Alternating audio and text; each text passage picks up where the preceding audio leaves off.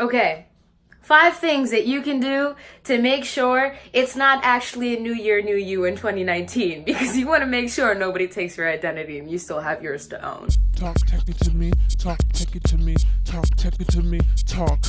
You think that this might not happen. I don't know if you watch the news, but Equifax, Dunkin' Donuts, Target, Marriott, all of the places that we're somehow connected to or involved in have been breached, which means if those organizations have been breached, you kind of have been breached too.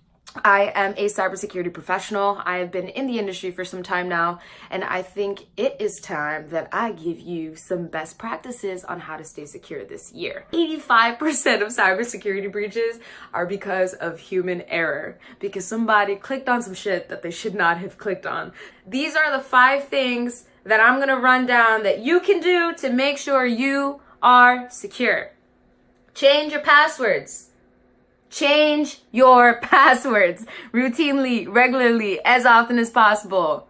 As far as storing that password is concerned, write it down on a piece of paper. There are apps where you can save and store your passwords. I'm super analog, keep it old school. Everything can be hacked. You can get access, somebody else can get access. So change your passwords.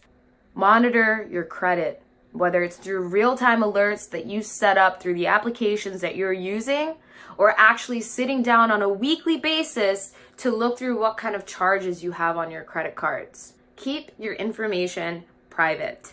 What do I mean by this?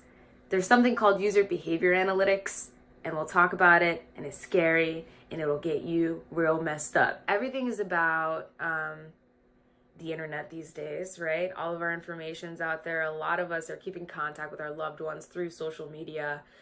Our pages are public. Our information is available on the internet and readily available. What that ends up making us susceptible to is something called user behavior analytics. Pretty self-explanatory. Your behavior analytics. So these hackers can monitor you. They can watch your moves. They are going through your social media to get information about you, to then form your identity and be able to take advantage and take full control over, say, your credit cards or any other valuable information on the internet, i.e. your entire identity. So make sure your stuff is private. This goes into my next point, which is lying on your security questions. I am one to be truthful all the time, but let me tell you, Lord, this is the time to lie. You want to lie about your security answers. Don't tell anybody what the mascot of your first school was. Nobody needs to know your mother's maiden name. Nobody needs to know what your first dog's name was. All of that information, obviously, going back to that point that I just made about keeping your information private, if your password is your dog's name and you're posting about your dog on your IG and it's a public page, it's really simple for these hackers to put 1 and 1 together and then, go ahead, you're hacked, you're screwed. Don't want to make that happen. So start lying on your security answers.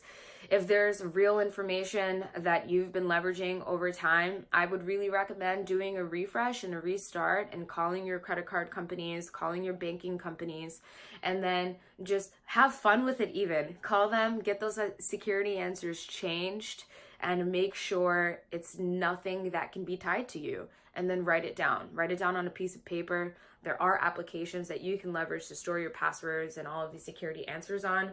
But again, anything is penetrable, and I am an advocate for being super analog. Just keep a journal of this stuff and put it under your bed or something.